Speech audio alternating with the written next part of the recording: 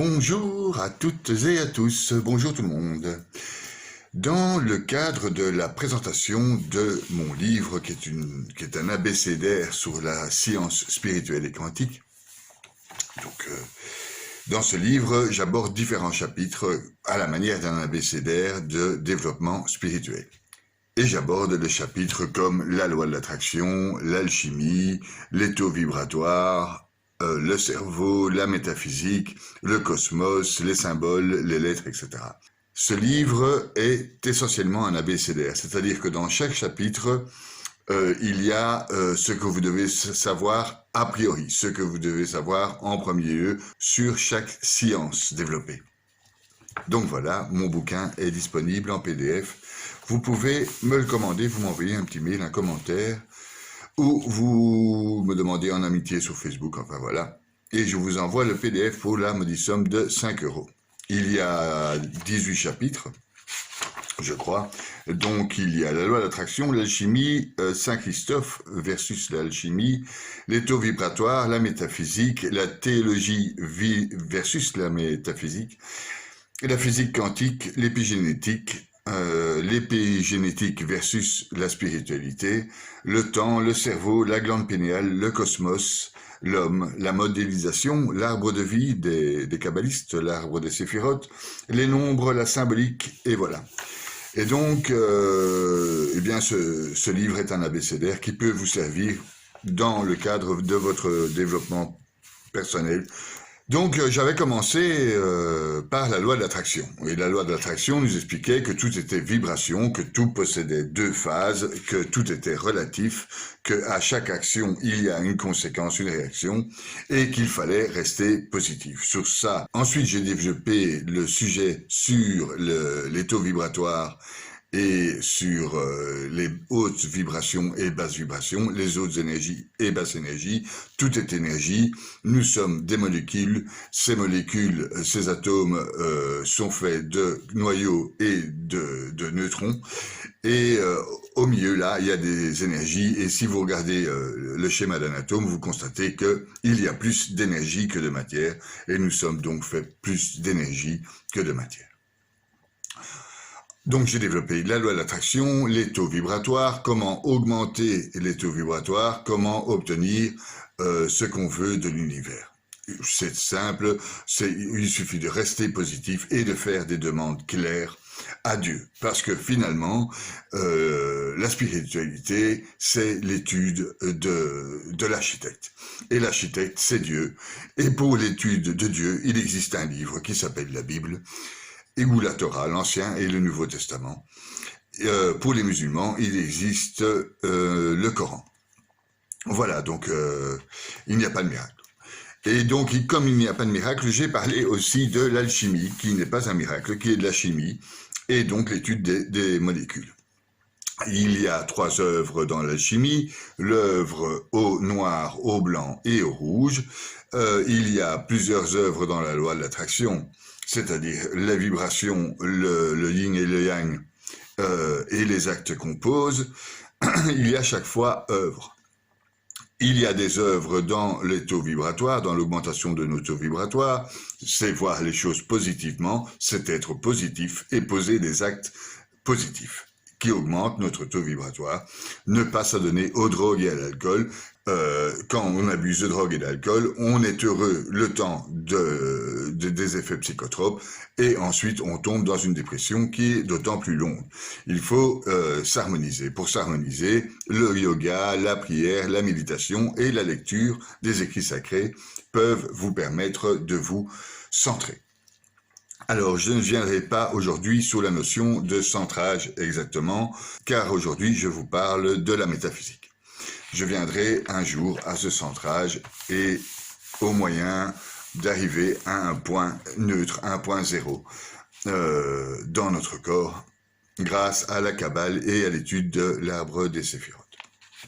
Voilà, donc pour l'instant, j'ouvre mon bouquin et je vais vous parler de la métaphysique.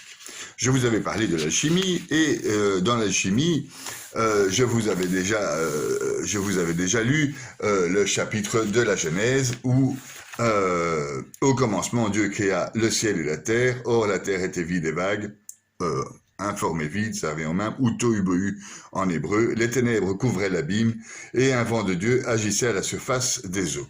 Donc, nous allons parler métaphysique et aussi spiritualité.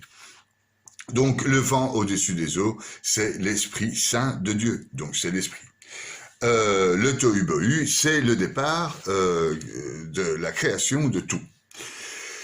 Alors, on a vu, je vous ai expliqué précédemment, que les scientifiques, en 1964, et après jusqu'en 81, ont découvert qu'en fait, au plus loin ils pouvaient aller jusqu'au mur de Planck, ils ont découvert le fond diffus cosmologique. Et dans ce fond diffus cosmologique, il n'y a juste rien du tout pour de quoi faire une vie. Ni quark, ni atomes, ni molécules, ni cellules, etc. Donc, il y a eu quelque chose qui a fait que nous sommes là avec un cerveau. C'est-à-dire, il y a 5 règnes, le règne minéral, végétal, animal, humain, donc les hommes, et alors il y a, je vais les rajouter, les dieux. Chaque règne a sa substance et son essence. Mais je voulais vous dire que, en fait, dès le départ, dans les écrits sacrés, on parle de ce tohu-bohu et les scientifiques parlent de ce fond diffus cosmologique. J'ai comparé le quark à la version orale de la spiritualité, donc bien avant que la Bible soit écrite. J'ai parlé du noyau comme étant le papier, les atomes comme étant les lettres. Les lettres sont faites de noir et blanc, donc de plus et de moins, comme l'explique le taoïsme, et comme je l'ai expliqué en vous parlant de la loi de l'attraction. Donc les lettres, les molécules, ce sont les mots, les cellules, ce sont les phrases, les organismes, ce sont les chapitres, les étoiles, ce sont les livres, les galaxies, c'est des encyclopédies, les minéraux, végétaux, animaux et nous, c'est la bibliothèque et notre cerveau, la conscience, l'esprit et l'âme, c'est Dieu. Alors, eh bien, il y a déjà là une notion de métaphysique. Une métaphysique sacrée, évidemment, mais une métaphysique certainement. C'est-à-dire qu'au départ, pour écrire la Bible, il a bien fallu mettre des lettres sur un papier. Donc, qu'est-ce que c'est la Bible? C'est des lettres sur un papier. Et qu'est-ce que c'est les lettres? Ce sont des inscriptions noir sur blanc. Donc, on peut philosopher et en déduire que le noir serait les ténèbres et que le blanc serait la lumière. On pourrait en déduire aussi que nous sommes ténèbres mis dans un monde de lumière et qu'il s'agit de nous élever spirituellement pour atteindre cette lumière. Ça s'appelle de la métaphysique. Qui suis-je? Où vais-je? Et dans quel état j'erre? Eh bien, pour pas errer dans un état ridicule et dans les ténèbres en prise aux démons, il s'agit aujourd'hui de nous élever spirituellement pour sauver nos âmes et la planète et le cosmos et pour faire évoluer l'entité humaine vers le bien. Donc, je disais que finalement, tout était métaphysique. Il pourrait avoir une métaphysique de la Bible. Il pourrait aussi y avoir une métaphysique des écrits, une métaphysique de la pensée. Il y a aussi métaphysique au sein de la science et de l'alchimie, par exemple, avec le grand œuvre, l'œuvre au noir, l'œuvre au blanc et l'œuvre au rouge, donc la matière, l'intérieur et l'esprit. Il y a métaphysique dans absolument tous les domaines de la spiritualité. Et aussi dans tous les domaines de la matière, et nous allons le voir. La métaphysique étudie les différents règnes. Il y a les minéraux, les végétaux, les animaux, les humains. Et je rajouterai aussi les dieux, car oui, les dieux ont une essence, une substance. Je vais vous l'expliquer. Qu'est-ce que c'est une essence? Une essence est le commun à tous les règnes, c'est-à-dire que tous les minéraux ont la même essence. Ok? C'est l'essence des minéraux. Tous les végétaux ont la même essence, tous les animaux ont la même essence, l'essence animale, et tous les humains ont la même essence, et Dieu a son essence. Donc revenons-en à nos haricots. il y a l'essence, il y a aussi en métaphysique ce qu'on appelle la substance. Alors la substance peut changer selon les accidents. Donc on peut avoir l'essence des minéraux, un rubis est différent d'une topaze. C'est la substance du minéral qui a changé à cause des accidents. C'est-à-dire la topaze n'est pas née dans le même milieu que le rubis, il y a eu accident et ça a changé la substance. C'est la même chose avec les végétaux, les animaux et les humains. Il y a le règne animal et il y a plusieurs animaux. Les lions, les girafes. Et chez les hommes, c'est pareil. Nous avons tous la même essence, mais nous avons une substance différente. Nous sommes chacun différents. On peut le constater. Essence et substance, vous avez bien compris. Il y a donc accident, donc ce qui change la substance au sein de l'essence. Il y a aussi quelque chose de très important en métaphysique, c'est l'acte. Alors, l'acte n'est pas de la matière. C'est un acte. Mais l'acte peut changer la matière. Donc un forgeron forge. Quand nous travaillons, on fait un acte qui peut changer la matière. En effet. Mais cet acte, finalement, c'est une substance. C'est-à-dire c'est quelque chose qui ne se voit pas. Comme la foi. La foi où Dieu ne se voit pas. Et pourtant ça existe. Il y a donc une corrélation entre l'acte et la foi. On peut faire, par exemple, un acte de foi, c'est-à-dire aller à l'église est un acte de foi. Mais ça ne démontre pas la foi. Au fond, l'acte en lui-même ne se voit pas. L'acte est une motivation. Essence, substance, accident, action. Nous vivons dans un monde d'action, nous savons trop bien. Maintenant, il s'agirait de réfléchir à l'action. C'est un acte. La réflexion est un acte dans l'action. La métaphysique a été engrangée et développée par les philosophes grecs. Alors, le premier de ces philosophes, c'était Socrate, en moins 470 environ, 470 pour les Français. Et puis, ce fameux Socrate fut le maître de Platon, qui structure les pensées de son maître. Platon structure les pensées de Socrate en plus ou moins 1327. Il fut lui-même le maître d'Aristote. Ensuite vient le métaphysicien le plus connu de la religion chrétienne, c'est Jésus-Christ. Jésus de Nazareth à l'an 0. Ils sont tous condamnés à mort. C'est-à-dire qu'une fois qu'on étudie les matières spirituelles, qui nous sommes, qu'est-ce que nous faisons sur cette terre, nous sommes très mal vus du pouvoir, pris par des yeux bien lus, parce que nous parlons de choses invisibles. Car la foi est invisible, ainsi que l'étude de la métaphysique. On ne peut pas voir l'essence ni la substance de quelqu'un. Et pourtant, elle existe. On ne peut pas voir l'âme de quelqu'un, et pourtant, elle existe. Donc, tous ces philosophes, Socrate, Platon et Jésus de Nazareth ont été condamnés à mort. Bien plus tard, par contre, d'autres philosophes ont pris les ascendants de ces gens. Car en fait, c'est terrible ce qu'ils nous ont expliqué. Platon est dans le « je crois que ». Aristote est « je dis », donc il a développé les idées de Platon. C'est lui qui fait être ou ne pas être, et Jésus est celui qui est. Il est dans le « je suis ». Plus tard, il y a eu saint Thomas d'Aquin, qui est un théologien, mais aussi métaphysicien, c'est-à-dire qu'il a étudié l'homme à l'intérieur de la religion. Spinoza, lui, plus tard, en 1600, il a fait la modélisation de la substance métaphysique. Donc, comment ces différentes substances à l'intérieur de l'être humain changent l'orientation de l'être humain.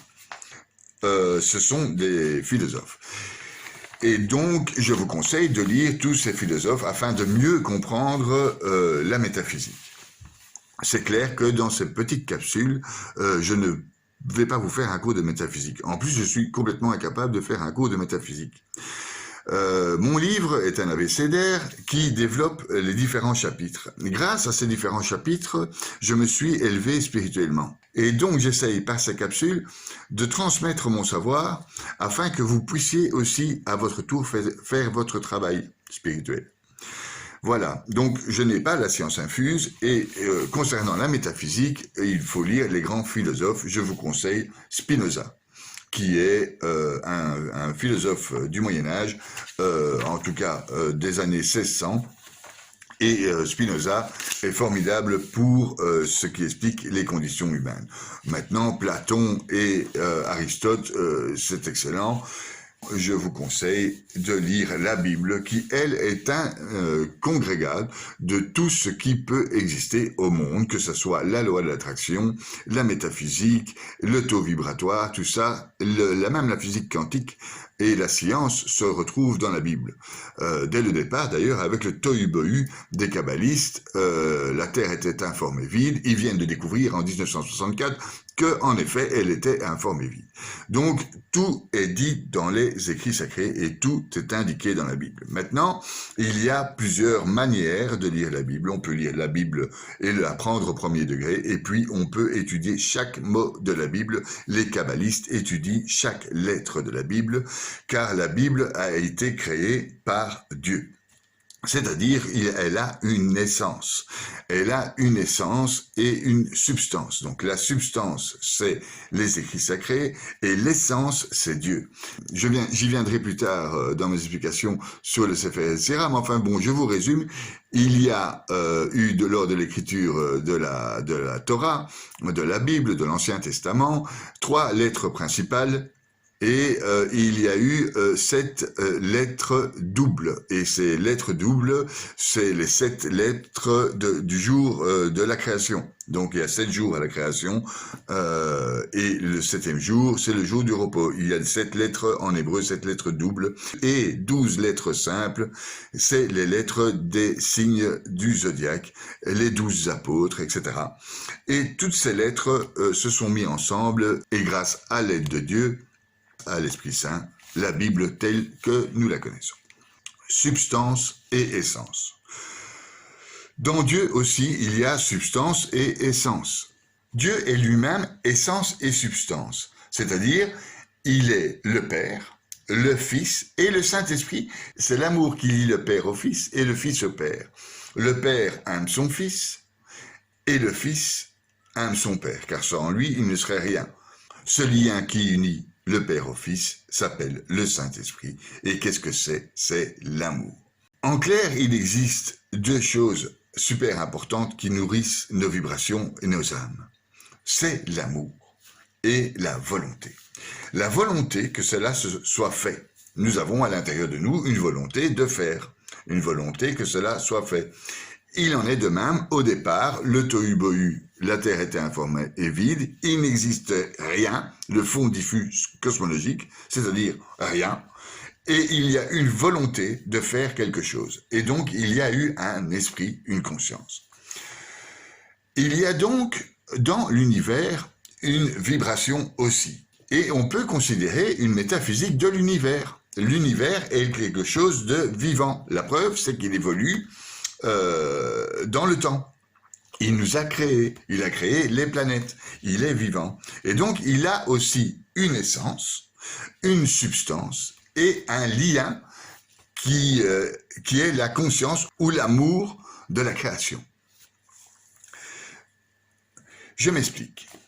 Il y a ce qu'on appelle une mémoire akashique. La mémoire akashique, c'est le fait que dans le monde, il y a eu plein de guerres, la guerre 40-45, la guerre 14-18, Hiroshima, etc. Tout ça nourrit de mauvaises vibrations, l'univers. Et c'est ce qu'on appelle une mémoire akashique, c'est-à-dire que tout revient à cause de cette mémoire. Donc nous avons fait le mal et tout revient, c'est-à-dire c'est le péché indiqué dans la Bible, dans l'histoire d'Adam et Ève. Adam et Ève ont fait un péché de manger l'arbre de la connaissance pour créer le mouvement et la matière, mais enfin ça je viendrai peut-être un jour. Et donc il y a une mémoire akashique. C'est-à-dire que Adam et Ève, au départ, oui, ont fait déjà une erreur. Et à cause de cette erreur, nous sommes ce que nous sommes aujourd'hui. Une mémoire akashique. Il y a aussi dans l'univers ce que j'appelle une hypostase, c'est-à-dire la somme des consciences. La somme des consciences de tout. Car tout a une conscience. Les minéraux ont leur forme de conscience. L'acte chez les minérales, dans le nucléaire, on voit très bien que l'acte chez le minéral, donc quand on va creuser ou péter le noyau d'une molécule, on va former une fission qui est une fission nucléaire. Donc en fait, l'acte de mouvement chez les minéraux est sa puissance. Si nous, pour expliquer, si nous ramassons une météorite sur la poire, notre planète peut être explosée. C'est ce qui s'est passé d'ailleurs à l'ère des dinosaures, quelque part par là. Donc voilà, l'acte de chez les minéraux, il y a acte aussi. Je ne peux pas, parce que j'en ai pas la science, dire que cet acte est de l'amour, comme dans le cas de Dieu, mais il y a acte. Donc il y a acte, action. Donc il y a substance, essence et action. Le Père, le Fils et le Saint-Esprit. Chez les végétaux, c'est pareil. Il y a aussi acte. En fait, le végétal, un haricot, il tourne autour de son bâton. Ok, il fait un acte. Il se développe grâce à Dieu, mais il tourne lui-même, sa substance fait que, et sa substance qui crée son action, fait l'acte de tourner autour du bâton. Les arbres ont des actions. Il paraîtrait que les arbres ont même une communication. Hormis l'histoire des Ents de Tolkien, les arbres communiquent entre eux via leurs racines. Ce ne serait peut-être pas de la poésie comme dans la forêt de Forgone, mais ils communiquent entre eux grâce aux bactéries et aux champignons qui lient les racines entre elles. Donc ces petits champignons émettraient des vibrations qui avertiraient un arbre à l'autre d'une maladie, ou un arbre en danger pourrait dire à l'autre arbre, grâce à ce phénomène, qu'il est en danger, et l'autre arbre va l'aider. C'est prouvé scientifiquement. Donc l'arbre aussi effectue des actions. Maintenant, est-ce que ces actions, c'est de l'amour comme dans la relation qu'il y a entre le Père et le Fils? Je ne suis pas apte à vous le dire. Mais il y a donc une métaphysique. Il y a métaphysique dans tout, dans les animaux aussi, il y a un acte. Quand vous voyez, pour l'instant, nous sommes dans l'ère de l'agroalimentaire et de la destruction de la planète. Quand vous voyez ces veaux qui pleurent après leur mère et le maire qui pleure après le veau, eh bien, il y a acte. Et il y a donc, s'il y a acte, il y a amour. Bon, quand il y a acte, il y a mouvement, et quand il y a mouvement, il y a matière. C'est d'ailleurs, à mon sens, pour cela que la dame... Non seulement la dame, il s'emmerdait, il devait avoir une femme pour pas se prendre pour Dieu, mais en plus, sa femme l'a mené à l'acte. Et l'acte, c'est aussi l'amour. Et cet acte a fait ce que nous sommes aujourd'hui. C'est vrai que nous avons un vêtement de peau, c'est vrai que nous accouchons, pas moi, mais dans la douleur, et c'est vrai que nous avons des difficultés à vivre. Pourquoi? Parce que notre livre est écrit noir sur blanc. Les ténèbres et la lumière. Et donc, nous sommes ténèbres dans un environnement de lumière. Maintenant, la lumière, elle est à l'intérieur de nous. Il suffit de fermer les yeux pour finalement voir la lumière. Donc, en fermant les yeux, on voit la lumière. C'est très paradoxal. C'est dans les ténèbres qu'on voit la lumière. Et la lumière peut mettre à jour les ténèbres. C'est-à-dire que, en plein jour, le travail, le Covid, les infos, etc., met les ténèbres au jour. Donc, les ténèbres et la lumière sont qu'un. Au départ, donc né du tohu-bohu, il y a eu la lumière, les ténèbres, ensuite le jour et la nuit, l'eau, la terre, etc. Qui suis-je, où vais-je et dans quel état j'erre? On pourrait dire que dans notre univers, notre cosmos, c'est l'essence. Et les habitants de la Terre, minéraux, végétal, animal et humain, la substance, c'est la nature. Et l'amour, c'est l'acte que nous posons envers cette nature, envers les autres.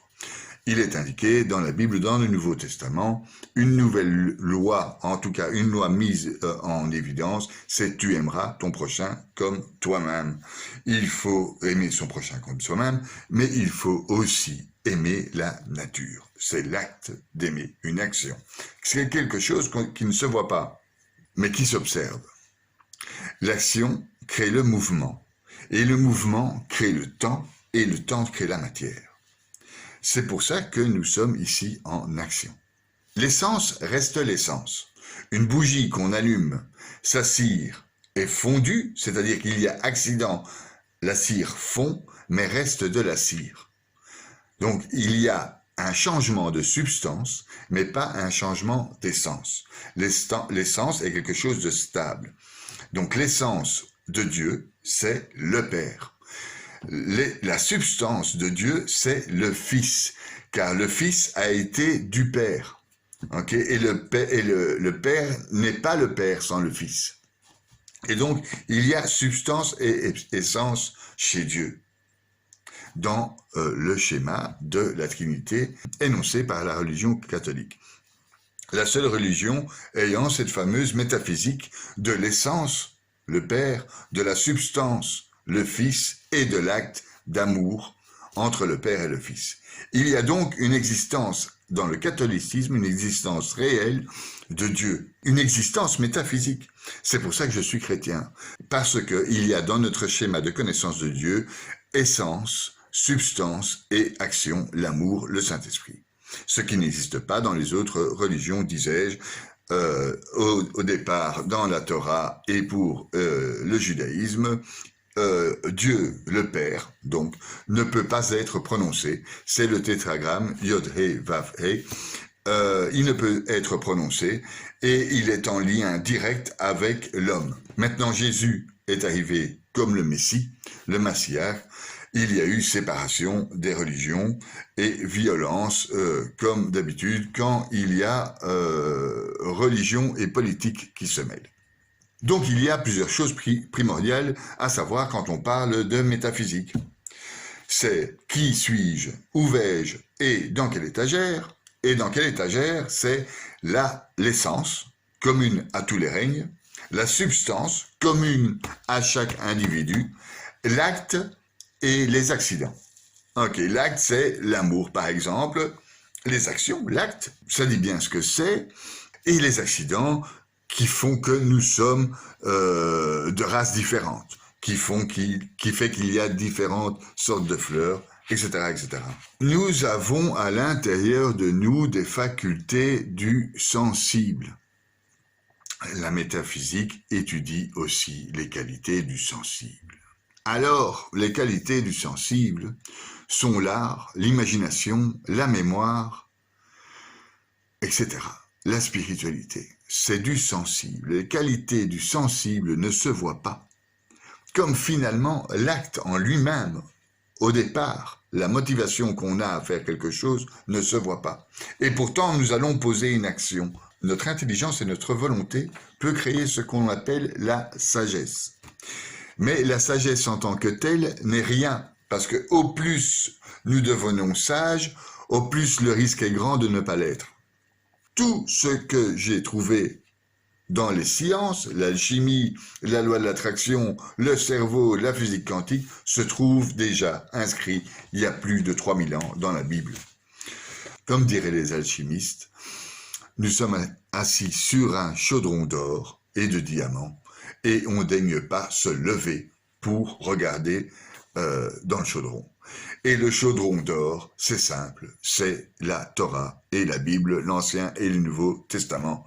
C'est un chaudron d'or. Vous lisez ces écrits, vous grandissez spirituellement, vous avez la connaissance de Dieu et vous avez des réponses aux questions métaphysiques aussi. La preuve, c'est que la première ligne de l'Ancien Testament, dans la Genèse, le Tohu Bohu, donc informe et vide, ils viennent de le découvrir en 1964.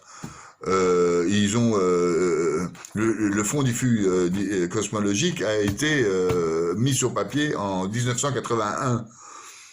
Bon, alors il y a donc évidence que ces écrits viennent de Dieu et que Dieu, grâce au Saint-Esprit, a écrit ces lignes. Et que ces lignes ont été écrites bien avant nous, grâce aux lettres. Voilà. Donc, il y a cette évidence-là. Maintenant, combien de temps va-t-on mettre à unifier la science et la spiritualité? On y approche grâce à la physique quantique qui nous explique que la force du regard de l'observateur change sa réalité. C'est-à-dire que la conscience change la réalité dans laquelle nous sommes. Il n'y a pas de Dieu en vous, ni autour de vous, si vous n'accordez pas la place à Dieu. C'est-à-dire, si vous ne lisez pas, si vous vous interrogez pas spirituellement, Dieu ne viendra pas. Si vous ne donnez pas à l'Église pour demander, Dieu ne donnera pas. Il est important, à mon sens maintenant, d'allier la science, la physique quantique, parce que nous en sommes car nous en sommes là. La physique quantique étudie le plus petit du plus petit, et dans le plus petit du plus petit, il y a le néant, mais le néant, on ne sait pas le voir même avec la physique quantique, ok. Et dans le plus petit du plus petit, il y a la conscience. Les hommes et la cosmologie ne veulent pas entendre parler de spiritualité, alors qu'il y a une évidence même entre le lien de ce qu'ils recherchent depuis le début, en tout cas de ce qu'ils recherchent à nos jours, c'est-à-dire la matière noire. Il y a lien entre hypostase, génération de conscience, etc. J'y viendrai plus tard dans mon modèle de cosmologie. Il y a maintenant urgence à ce que les sciences et la spiritualité se mettent ensemble, car la spiritualité peut expliquer à la science comment ces mécanismes fonctionnent. Il suffit donc de lire la Bible de manière intelligente et kabbaliste, d'analyser chaque mot, chaque lettre. Bien. C'est le travail de plus ou moins 7 vies. Les kabbalistes disent qu'il faut plus ou moins 7 vies pour commencer à comprendre les chapitres de la Torah et 7 vies pour les appliquer, etc., etc. Et donc, il y a 300 et des 1000 manières d'interpréter la Bible, en tout cas la Torah, donc le Pentateuque. Et donc, il y a encore des milliards de possibilités. Et donc, si vous multipliez ça fois 7, vous comprenez qu'il n'y aura pas assez d'une vie pour tout comprendre. Et la spiritualité est un objet infini. Et dans cet infini se situe dans vous. Et dans vous, il y a Dieu, si vous lui laissez la place d'exister. C'est métaphysique, donc l'essence, la substance et l'acte. Voilà, voilà. Et donc, c'est marqué, il y a des notions métaphysiques de base qui sont indiquées dans la Bible. Je n'ai pris que Corinthiens numéro 12. Tous, en effet, nous avons été baptisés dans un seul esprit pour former un seul corps, soit juifs, soit grecs, soit esclaves, soit libres, et nous avons tous été abreuvés d'un seul esprit, l'esprit de Dieu. Ainsi, le corps n'est pas un seul membre, mais il est formé de plusieurs. Si le pied disait « Puisque je ne suis pas la main, je ne suis pas le corps », en serait-il moins le corps pour cela? Et si l'oreille disait « Puisque je ne suis pas l'œil, je ne suis pas du corps », en serait-elle moins le corps pour cela? Si tout le corps était l'œil, où serait l'ouïe? S'il était tout entier ouïe, où serait l'odorat? Mais Dieu a placé chacun des membres dans le corps comme il l'a voulu. Etc., etc. Il y a un architecte à tout ça. Il faut bien savoir cette notion métaphysique de base concernant notre existence, que pour créer à partir de rien l'être humain, la nature, la forêt, la terre, le cosmos, il faut une volonté, une conscience de l'amour pour que cela soit. Cette volonté que cela soit, je suis celui qui est, pour les Hébreux ou pour les chrétiens, c'est Dieu. Dieu est celui qui est, que ce soit pour Moïse, que ce soit le discours de Jésus. Et Allah est grand et celui qui est. Maintenant, je ne connais pas grand-chose au soufisme. Je vais donc me limiter, si on peut dire ainsi, à la Torah et à la Bible, à l'Ancien et au Nouveau Testament. J'ai lu 2-3 fois le Coran, j'ai fait un voyage initiatique soufi. C'est très intéressant, mais malheureusement, ce n'est vraiment pas mon domaine. J'essaierai de vous parler de l'énéagramme, qui est une théorie soufie, pareille à la Kabbale juive et l'arbre des séphirotes. Ce qu'explique donc la métaphysique, après les études des différents philosophes, c'est que le bonheur réside en deux choses principales, la spiritualité et l'amour. Si vous avez la spiritualité, que vous vous mettez à fond dans les faits spirituels, vous allez donc augmenter votre taux vibratoire, augmenter votre synchronicité, augmenter et travailler la loi de l'attraction. Vous atteindrez un niveau de plénitude, ce qui est indiqué d'ailleurs aussi dans la Bible. Je vous conseille la lecture de l'Ecclésiaste, où tout n'est que vanité et rien que vanité. Quand vous avez compris ça, vous augmentez votre fréquence vibratoire et vous arrivez à parler à Dieu et à lui demander ce que vous voulez. Le bonheur est donc la spiritualité d'une part et l'amour de l'autre. L'amour, c'est une évidence. Il est évident pour vous et moi que si nous sommes aimés, nous sommes heureux. Si nous aimons, nous sommes heureux. Voilà. Maintenant, nous sommes d'accord, vous et moi aussi, que dans la société que nous avons créée, où les divorces se comptent plus, il y a 60% de divorces, la notion de bonheur devient très très vague, et c'est pour ça que un nombre inestimable de personnes en Europe prennent des antidépresseurs, etc. Pourquoi? Parce qu'ils ne sont pas remplis. Ils ont un manque, et le manque est dans l'amour et la spiritualité. Comment remplir ce manque? Eh bien, c'est simple. Savoir où est le manque, et si le manque est dans la spiritualité, eh bien, se grandir spirituellement, méditer, prier, aller à l'église, lire la Bible, les écrits sacrés, Bouddha, le yoga, enfin, il y en a pour cette vie. Et si vous grandissez, point de vue spiritualité, vous allez d'office grandir du point de vue amour. Même si ce n'est pas l'amour d'une femme ou d'un homme, vous pouvez déjà grandir de l'amour de vous-même. Être moins seul, ne pas avoir de manque et avoir l'amour de Dieu. Si vous avez l'amour de Dieu, c'est impeccable. Oui, vous avez tout ce qu'il vous faut. Maintenant, l'amour d'une femme ou l'amour d'un homme sur terre, dans les actions, donc dans l'acte, le temps, peut être très sympathique. Donc, évoluer spirituellement, vous évoluerez aussi dans la matière et vous trouverez l'amour. L'amour est à chercher au fond de soi tout d'abord. Et l'amour est une communion de volonté. C'est-à-dire que l'amour de l'autre, il faut que l'autre fasse un effort pour vous comprendre et pour vous aimer, et vous, de votre côté, fassiez un effort pour aimer l'autre. Et ces deux efforts, ces deux volontés créent un cœur. Vous avez la communication avec le cœur, et ce cœur vous ancre à la terre. C'est-à-dire, donc, il y a une forme de cœur, donc les deux volontés qui arrivent vers le cœur, comme ça, hop, et qui se relient à la terre. C'est ça l'amour, c'est la communion de deux volontés. Et la volonté, c'est l'acte métaphysique. Et l'acte métaphysique pourrait s'identifier, entre autres, à l'amour. Voilà. Et la substance change avec l'acte, avec les actions. C'est-à-dire que la substance, la cire qui coule, mais qui est toujours de la cire, mais qui est devenue molle, a changé par accident. Et l'accident peut être une action. Donc, il tient qu'à vous, par votre volonté, à manier votre potentiel divin. Vous avez un potentiel infini à l'intérieur. Ce potentiel peut être dirigé vers le bien ou le mal, vers les taux vibratoires élevés ou vers les taux vibratoires bas. Aimez votre prochain, lisez la Bible, jetez votre télé, je l'ai déjà dit. La bonne nouvelle pour finir cette petite capsule, c'est que nous allons finalement vers un mieux. Car au fur et à mesure des siècles, nous évoluons du point de vue scientifique. Ils ont trouvé maintenant le coït-bohu, c'est génial, on va y arriver. Et on évolue aussi spirituellement.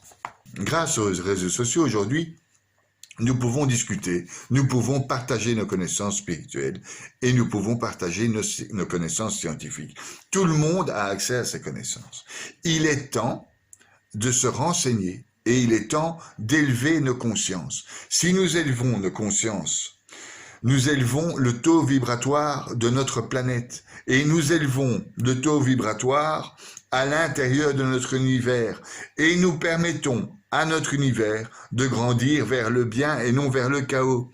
Nous sommes responsables, non seulement nous sommes responsables de la nature, des autres, de notre famille, nous sommes responsables aussi de l'univers via les vibrations que nous émettons, positives ou négatives. Ce qui s'appelle la mémoire akashique, mais ce qui s'appelle plus haut les hypostases, et ceci est contenu dans la matière noire de notre univers, à mon sens, et c'est ce que je vais tenter d'expliquer aux scientifiques s'ils veulent bien m'écouter. Résumons, il y a l'essence, ce qui est commun à chaque règne. Il y a substance, ce qui est commun à chaque personne. Chaque personne a sa substance. Il y a l'acte qui est commun, qui est invisible, et qui est comme la foi, elle est invisible, elle possède la même figura. Donc la même figure, donc c'est l'acte et la foi. L'acte et l'amour. L'amour et la foi ont la même figura, c'est-à-dire c'est des choses qui à la base sont invisibles, mais qui peuvent exister. Grâce à notre ambition, nous pouvons créer un projet, etc. à l'intérieur, et puis ce projet se réalise à l'extérieur. Mais au départ, c'est la même chose que la foi. Nous avons foi en notre projet. Il y a la figura, donc il y a l'essence, la substance, les changements de substance qui sont dus aux accidents, aux actes, oui, et les actes ont la même figura que la conscience, la sensibilité, l'imagination, etc. Il y a plein de notions métaphysiques intéressantes à étudier à travers la lecture de Platon, d'Aristote, à travers la lecture de la Bible, à travers la lecture des philosophes Spinoza, saint Thomas d'Aquin. Je vous invite, pour la sauvegarde de vous-même, pour votre bien-être, pour votre équilibre et pour la sauvegarde de notre planète, de vous élever spirituellement. C'est impératif et c'est urgent. Dans un peu plus de 100 ans, nous allons changer d'air et ça sera un tournant décisif pour l'humanité. Il faudra donc, dès aujourd'hui, augmenter votre taux vibratoire et votre spiritualité. Et donc, vous lisez la Bible, lisez mon livre, ou commandez-le-moi en PDF. C'est un abécédaire très bien fait sur ce que vous devez savoir concernant les différents domaines spirituels ou scientifiques. Et dans ce livre, je fais toujours un lien entre la science et la spiritualité. Donc j'étudie la théologie et le cerveau et le cosmos et les vibrations, etc. Je fais un lien avec tout. Voilà, c'est un abécédaire, il est tout petit, il fait 170 pages, mais j'ai essayé de résumer au mieux afin de pouvoir vous aider à vous élever spirituellement. Voilà, donc ma petite capsule sur la métaphysique versus la Bible, versus les écrits sacrés, versus les lettres, versus la science, versus moi-même, et versus la vision que j'ai du cosmos et de l'esprit.